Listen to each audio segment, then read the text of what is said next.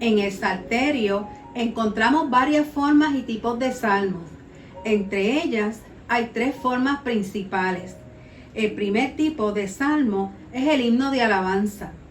Estos cánticos alaban a Dios por su carácter y por sus portentosos actos de salvación. En segundo lugar, encontramos los salmos de lamentación, donde una persona presenta una queja ante Dios, pidiendo auxilio por medio de una intervención divina. La tercera forma es el salmo de acción de gracias, donde el salmista comienza el poema sagrado alabando a Dios, aunque recuerda la situación dolorosa de la que fue librado. El salmo que nos ocupa en esta lección cae en esa tercera clasificación, un salmo de acción de gracias. Vamos a la lección número 6. El Señor es justo. La base bíblica está en el Salmo 9, versos del 1 al 12. Y el texto para recordar está en el Salmo 9, verso 8. Y dice así: en el nombre del Padre, del Hijo y del Espíritu Santo. Amén. Él juzgará al mundo con justicia y a los pueblos con rectitud. Como les dije, la base bíblica se encuentra en el Salmo 9, del 1 al 12. Los 3 objetivos son resaltar la importancia de la justicia de Dios y de la imagen de Dios como juez, declarar que Dios se opone a la opresión de las personas más débiles y vulnerables de la sociedad, y presentar el juicio como un proceso, no como un evento puntual. Amados hermanos, como siempre, los hemos estado acompañando hermano Richard López y Sandra Torres, presentándoles esta lección con mucho amor y también, entre paréntesis, dándole gracias por las oraciones y dándole gracias al Señor porque una vez ya mi mamá pudo salir del hospital por tercera vez, así que le damos las gracias por sus oraciones y esperamos, ¿verdad?, que ella se recupere y no tenga que volver. Continuando con la presentación de la lección, vamos al vocabulario. La primera palabra es justicia. Es un principio moral que lleva a dar a cada persona lo que le corresponde o pertenece. Es aquello que debe hacerse según derecho o razón. En el cristianismo, una de las 4 virtudes cardinales, que consiste en la constante y firme voluntad de dar a Dios y al prójimo lo que le es debido. El segundo término es derecho, conjunto de principios y normas propios de una idea de justicia y de orden que regulan las relaciones humanas en toda sociedad y cuya observancia puede ser impuesta de manera coactiva. Y esa palabra derecho, ¿verdad? Vamos a tener una lección bien impactante para nuestra forma de ver las cosas en nuestra vida. Por último está la frase, el que demanda la sangre. Esta frase se refiere a un familiar designado por el clan para perseguir y ajusticiar a los asesinos, particularmente aquellos que atacaron a otras personas de la familia extendida. Pasemos a la Biblia, Salmo 9, y aparece en sus pantallas también. Dice así: en el nombre del Padre, del Hijo y del Espíritu Santo. Amén. Te alabaré, Jehová, con todo mi corazón. Contaré todas tus maravillas. Me alegraré y me regocijaré en ti. Cantaré a tu nombre, Altísimo. Mis enemigos se volvieron atrás, cayeron y perecieron delante de ti. Has mantenido mi derecho y mi causa. Te has sentado en el trono, juzgando con justicia. Reprendiste a las naciones, destruiste al malo. Borraste el nombre de ellos eternamente y para siempre. Los enemigos han perecido. han quedado desolados para siempre, y las ciudades que derribaste, su memoria pereció con ellas. Pero Jehová permanecerá para siempre, ha dispuesto su trono para juicio. Él juzgará al mundo con justicia y a los pueblos con rectitud. Jehová será refugio del pobre, refugio para el tiempo de angustia. En ti confiarán los que conocen tu nombre, por cuanto tú, Jehová, no desamparaste a los que te buscaron. Cantad a Jehová, que habita en Sión. Publicad entre los pueblos sus obras. El que demanda la sangre se acordó de ellos. No se olvidó del clamor de los afligidos. Hasta aquí la lectura bíblica. En el nombre del Señor, tenemos ahora el hermano Richard López para el análisis y discusión de esta porción. No se despeguen, Dios los bendiga mucho. Hermanos y amigos, que Dios les bendiga, Dios les guarde. Estamos contentos, estamos realmente regocijados en el Señor, porque podemos seguir a través de estos medios, comunicándonos, compartiendo la palabra del Señor. Hoy ya Sandra está con nosotros, ya ella explicó y da gracias a Dios. Sobre todo pedimos siempre que nos sostengan en oración, porque estos procesos son procesos difíciles. El leccionario anterior, que fue el de salud integral, estuvimos discutiendo varias lecciones relacionadas con crisis cuando llegan a nuestra vida, y ustedes saben que a todos nos llegan. Así que damos la gloria al Señor, porque a través de estas situaciones también nosotros crecemos y nos fortalecemos en el Señor. Hoy continuamos el tema de la alabanza que hemos ya comenzado en este leccionario, y hoy vamos a seguir viéndolo a través de los salmos. Esta vez en el Salmo número 9, cuyo tema principal para esta lección gira en torno a la justicia. Y es interesante porque cuando nosotros miramos los salmos están colocados en nuestra Biblia de manera que los temas que cada uno de los salmos toca, trataron de agruparlos conforme a esos temas. Los salmos 9 y 10 son cánticos, ¿verdad? Son poemas que responden principalmente a la queja de que, según el que escribe, el que está en ese momento sintiendo esa presión o esa situación que vive, parece que Dios está lejos. El salmista se queja delante de Dios porque parece que Dios está en silencio. Es como si Dios le mirara en medio de la crisis, en medio de la situación, y no estuviera haciendo nada por él. Y lo mira, y sin embargo mira hacia el lado y ve la gente malvada que lo persigue, ve la gente malvada como que triunfa en medio de su maldad, y los indefensos siguen siendo objeto de la burla, de la persecución y de todas las cosas sobre las cuales el salmista se está quejando. De hecho, este salmo tiene una tonada en su título principal, habla de la muerte de un hijo, y cuando vemos la tonada, claro, aquellos que pueden mirar la tonada en su idioma original hebreo, es una tonada melancólica o triste, o sea, porque simplemente así se siente la persona que escribe este salmo en el momento histórico en que lo hizo. El salmo, sin embargo, comienza con una declaración de alabanza.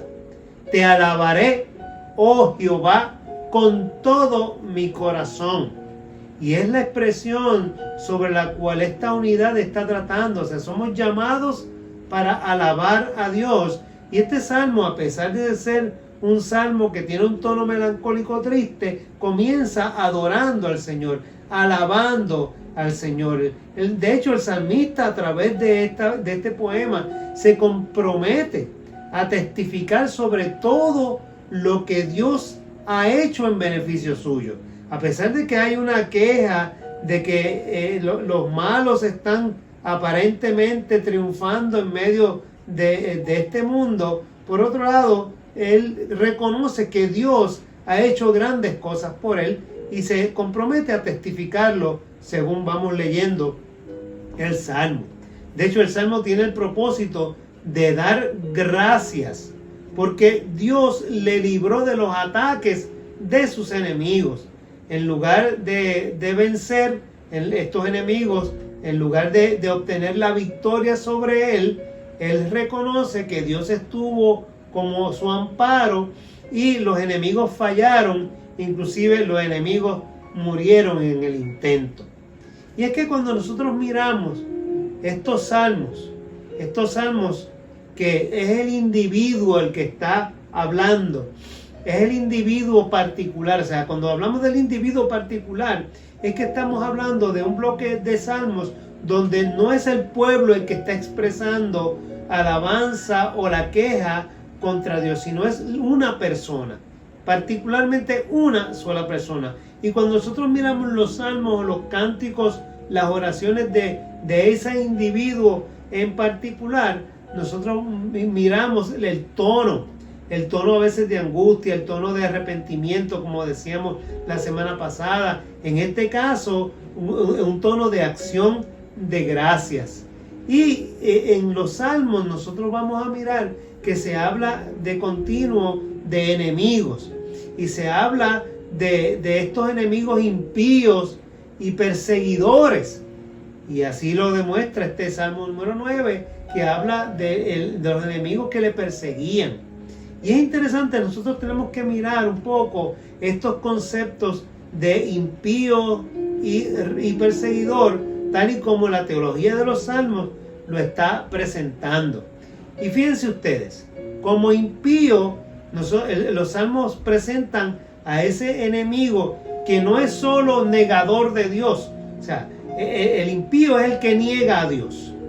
Pero más que eso, o sea, los salmistas y los salmos que hablan de impíos y perseguidores están hablando de una persona que no tiene el menor reparo de poner en obra su maldad ante Dios y ante los hombres. O sea, el impío es aquel que tiene planes malos, planes homicidas, y no le da ninguna vergüenza hablar de eso. O sea, simplemente a voz de boca de jarro, como yo digo, o sea, abiertamente, sin ningún temor, sin ningún, diríamos, resentimiento, está expresando el deseo de hacer el mal en contra de una persona o de varias personas. Así lo define el libro de los Salmos al impío. O sea, es simplemente una persona que no tiene el menor temor de Dios y lo expresa abiertamente. Sí, los salmos lo identifican como un insensato. El impío es un insensato que dice, como dice el Salmo 14 en el verso 1, dice en su corazón, no hay Dios. Simplemente para darse cuenta de que está equivocado. Más tarde, según los mismos salmistas, lo expresan. Así que, y fíjense ustedes, tal afirmación de que no hay Dios no es una teoría atea de una persona que simplemente está lejos de Dios. No. Estamos hablando de una persona que en su corazón no hay Dios. O sea, simplemente no reconoce a Dios. La suma de su comportamiento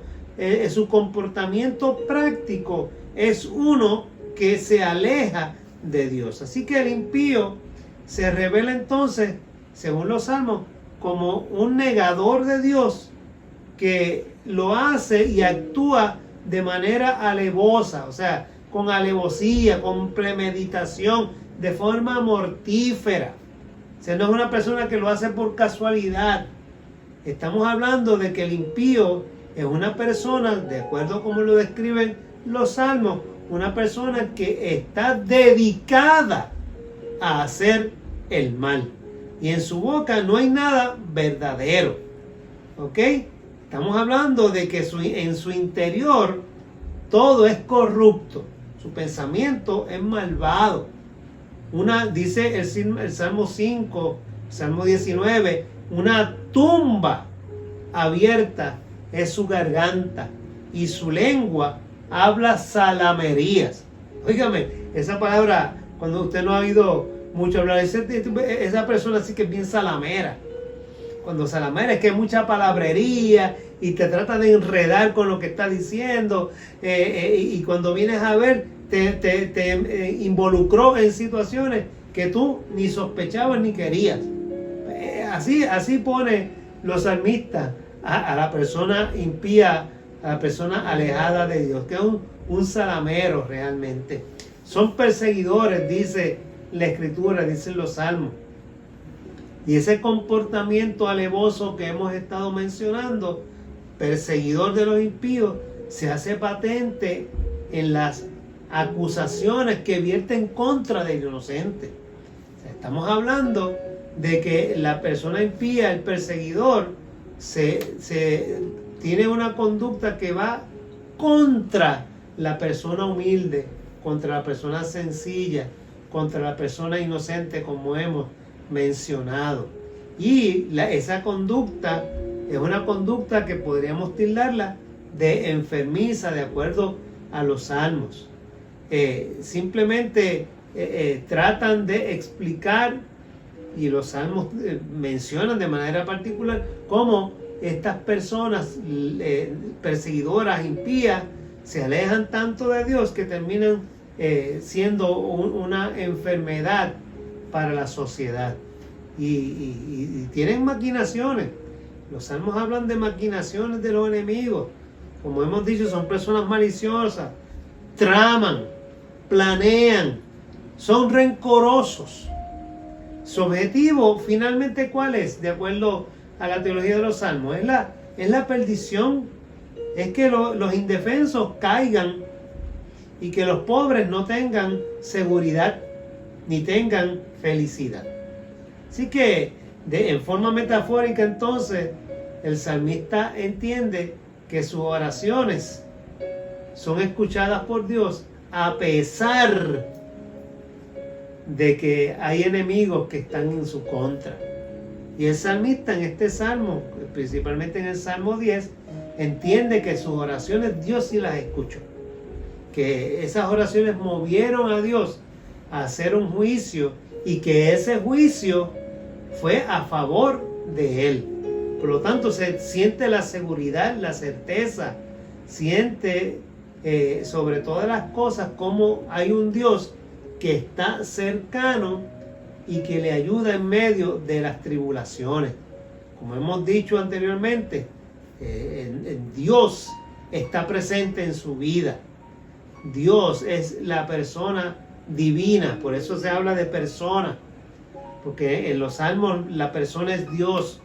Cuando hablamos de la persona, es Dios mismo, es la divinidad. Por lo tanto, el nombre de Dios, Dios mismo, se da a conocer. Y se da a conocer a través de las situaciones de vida que el salmista está en este momento expresando o dejando sentir a través del poema. Así que el salmista está claro. Quien se beneficia de los juicios justos de Dios, miren, reacciona en alabanza. No puede reaccionar de otra manera. Quien es benefactor se beneficia.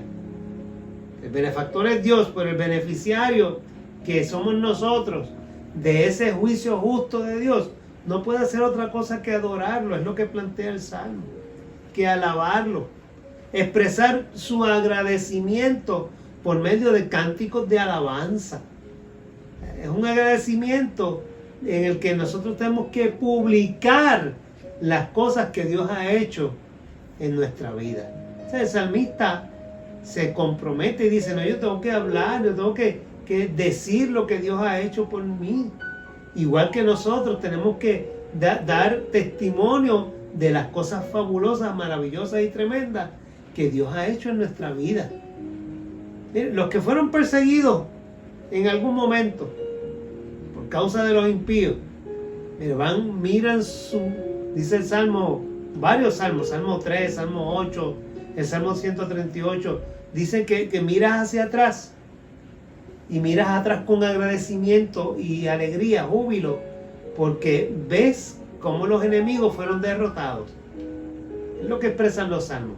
Así que esos poderes del enemigo que el Salterio siempre está hablando, son vencidos en el nombre de aquel que es todopoderoso, creador de todas las cosas, como mencionamos la semana pasada. Así que el Salmo, o los Salmos, el Salterio, el libro de los Salmos, entonces no es un libro de fracasos, ni estamos hablando de un libro que menciona los fracasos de aquellos que temen a Dios. No, todo lo contrario. El Salterio es el libro del testimonio, del agradecimiento, de la certeza y de una promesa renovada en el Señor, porque el testimonio de lo que vemos escrito es de aquellos que Dios salió a su encuentro. Es el testimonio de aquellos que sintieron la presencia de Dios en medio de sus circunstancias. Eso es el libro de los Salmos. Y el Salmo 9 expresa de manera categórica precisamente la manera en que Dios se acerca a cada uno de nosotros con justicia. Este Salmo, de hecho, resalta la importancia de la justicia de Dios. Cuando nosotros miramos ya el Nuevo Testamento a la luz de la palabra justicia, pues vamos al apóstol Pablo en la epístola a los Romanos y vemos que la justicia de la que Pablo habla se relaciona con salvación. En el Antiguo Testamento se hablaba de salud, lo mismo. O sea, en el Antiguo Testamento la justicia es salud, es cómo Dios interviene para lograr que una situación que para el salmista o el orante era difícil se convierta en una victoria. Pues mira, Pablo lo plantea de la misma manera. La justicia de Dios que hoy nosotros tenemos es la gracia derramada en Cristo Jesús al otorgarnos la salvación eterna a través de la sangre de Cristo nuestro Señor y nuestro Salvador. Así que se relaciona de esa manera específicamente con cómo Dios nos declara justos siendo pecadores por medio de esa obra redentora de nuestro Señor y de nuestro Salvador Jesucristo. Así que Dios lo que desea es que los seres humanos nos acerquemos a Él, y cuando aceptamos al Señor Jesús como nuestro Señor, aprendamos entonces a respetar a los demás, a amar a los demás, que respetemos los derechos de los demás, que hagamos lo recto delante de Él, que hagamos lo correcto. Mire, si Dios defiende a las personas vulnerables y juzga a sus opresores, juzga a los enemigos, como dice los salmos, queda claro que todo aquel que trate con violencia al débil se va a encontrar con Dios. Por lo tanto, nuestra tarea como cristianos, como iglesia, es la de acercarnos a aquel que necesita y extenderle nuestra mano. Aquel que se siente oprimido, aquel que se siente realmente en un momento desesperado, ayudarle a que encuentre y escuche la voz de Dios. Dios es justo y Dios siempre actúa con justicia. Continuamente, Dios siempre juzga los actos y las intenciones de la humanidad. Eso está más que claro. Así que nosotros podemos confiar en que ese juicio de Dios ocurrirá en el tiempo señalado por Dios. Ese tiempo de Dios que es el momento perfecto, el momento adecuado, el tiempo en que realmente debe suceder. Nos desesperamos, sí.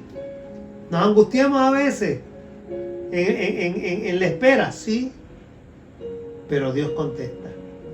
Dios siempre sale a nuestro encuentro. Dios siempre nos sostiene en medio de esas situaciones y nosotros somos testigos vivientes de cómo Dios lo hace a través de tantas situaciones que uno ha vivido y en las que Dios se ha hecho presente. Quiera Dios que en este día nosotros podamos entender, atesorar y profundizar estas palabras, esta clase, esta porción de este Salmo 9 y entender que realmente nosotros somos favorecidos, somos privilegiados porque contamos con un Dios que realmente es justo. Y a su nombre damos la gloria por siempre. Dios te bendiga y Dios te guarde en este día. Muchas gracias a Dios primeramente y a nuestro hermano Richard López, que semana tras semana se prepara para impartirnos estas lecciones. Las ideas principales de esta lección son las siguientes. El hecho de que la Biblia relacione la justicia con la salvación no elimina el hecho de que Dios desea que se haga justicia. Dios desea que los seres humanos respetemos los derechos de los demás, haciendo lo que es recto. La Biblia afirma que Dios es justo. Por lo tanto, la justicia es una de las virtudes divinas y el juzgar con justicia es parte integral del carácter de Dios. Dios se opone a todo acto de opresión, particularmente al abuso de las personas más débiles y vulnerables de la sociedad por parte de aquellas más poderosas. Dios es nuestro Redentor. Es quien sale a defendernos en la hora dura, de manera que nosotros no tenemos que tomar venganza. El juicio divino es un proceso, no un evento que ocurre una vez. Como Dios es justo, siempre actúa con justicia. Continuamente, Dios siempre juzga los actos y las intenciones de la humanidad. Hasta aquí esta lección, esperando que sea de provecho para todos nosotros. Y vamos a pasar y terminamos con la oración que aparece en las pantallas. Hagamos esta oración nuestra en el nombre del Señor. Dios de justicia, venimos ante tu presencia con regocijo, sabiendo que eres juez justo sobre toda la humanidad. Te rogamos que nos defiendas en la hora dura, pues tú eres nuestro Redentor. Te damos gracias por la forma como nos proteges, juzgando con justicia, no solo a personas individuales, sino a toda la creación. Gracias te damos, Señor, en el nombre de Jesús. Amén, amén, amén. El Señor les continúe bendiciendo y cuidando. En el nombre del Señor nos despedimos. Si así el Señor lo permite, hasta la próxima. Nos vemos.